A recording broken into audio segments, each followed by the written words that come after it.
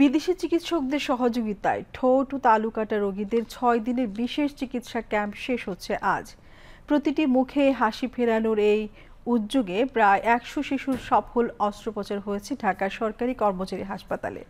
বিনা খরচে এত বড় চিকিৎসা করাতে পেরে স্বস্তি ফিরেছে ভুক্তভোগী পরিবারগুলোতে। বিদেশি চিকিৎসকদের এমন উদ্যোগ যেন ভবিষ্যতেও অব্যাহত থাকে, এমনটাই চান সবাই। দিনার সুলতানার প্রতিবেদন।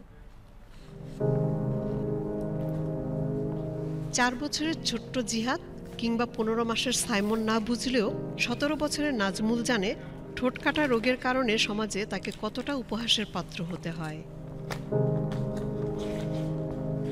জন্মগত ঠোঁট ও তালুকাটা সমস্যা শুধু শারীরিক নয়, মানসিকভাবেও একটি শিশুর আত্মবিশ্বাসে আঘাত হানে। এসব শিশুদের নতুন জীবন দিতে এগিয়ে এসেছে আন্তর্জাতিক সংগঠন ইসমাইল এশিয়া। তাদের সহযোগিতা করছে সাজেদা ফাউন্ডেশন এবং সরকারি কর্মচারী হাসপাতাল। যারা জন্মগতভাবে ঠোঁট কাটা তালু কাটা যে সমস্ত শিশু আছে তাদের জন্য বিনামূল্যে সার্জারি করার জন্য আমরা ইসমাইল এশিয়া সিঙ্গাপুর ভিত্তিক একটি স্বেচ্ছাসেবী সংস্থা, তাদের ডক্টরস এবং তাদের টিম তারা এসে আমাদের সঙ্গে যৌথভাবে এবং সরকারের সহায়তায় সরকারি কর্মচারী হাসপাতালে এই বিনামূল্যে সার্জারিটা হচ্ছে। ব্যয়বহুল এই চিকিৎসা চালাতে অপারগ এমন পরিবারের ১১৫ জন শিশু স্বাস্থ্য পরীক্ষার মাধ্যমে প্রায় ১০০ জনকে অস্ত্রোপচারের জন্য বাছাই করা হয়।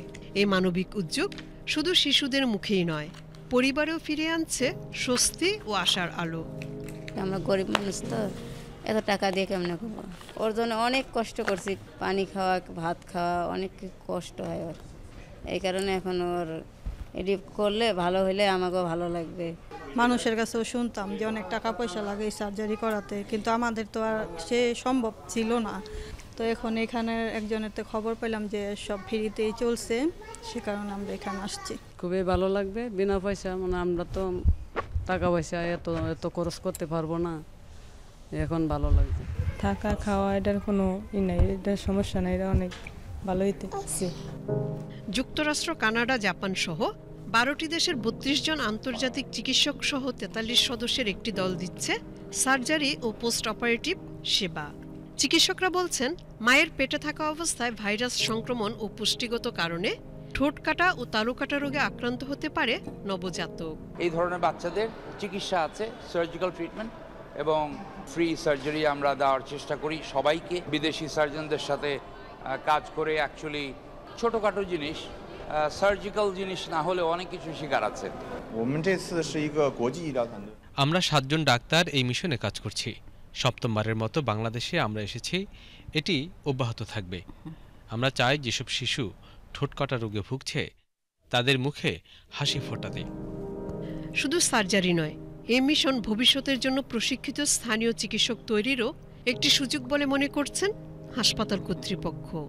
আমাদের এই প্রোগ্রামে মূলত বিদেশি সার্জন এবং মেডিকেল পার্সনরা এসছে, তারা কার্যক্রম করতেছে। এখানে আমাদের দেশের চিকিৎসক বা এই হসপিটালের চিকিৎসক এবং চিকিৎসক সহ যারা মেডিকেল স্টাফ আছে তারা সরাসরি এই কাজের সাথে তাদেরকে সহযোগিতা করতেছে। মূলত এই কাজের মধ্য দিয়ে তাদের যে নলেজ শেয়ারিং বা লার্নিং শেয়ারিং এটা হচ্ছে। ভবিষ্যতে আমাদের দেশের ডাক্তার বা মেডিকেল স্টাফরা এই কাজে আরও বেশি অভিজ্ঞ হবে, এটা খুব স্বাভাবিক এবং এটাও আমাদের একটা টার্গেট, আমাদের লক্ষ্যে এই বিষয়ে আরও বেশি অভিজ্ঞ করে তোলা। এ ধরনের উদ্যোগ অসংখ্য শিশুর জীবনে এনে দিচ্ছে নতুন সম্ভাবনা ও আশার আলো। তাই এ ধরনের পদক্ষেপ আরও বেশি আশা করছেন সবাই। দিনার সুলতানা, বিটিভি নিউজ।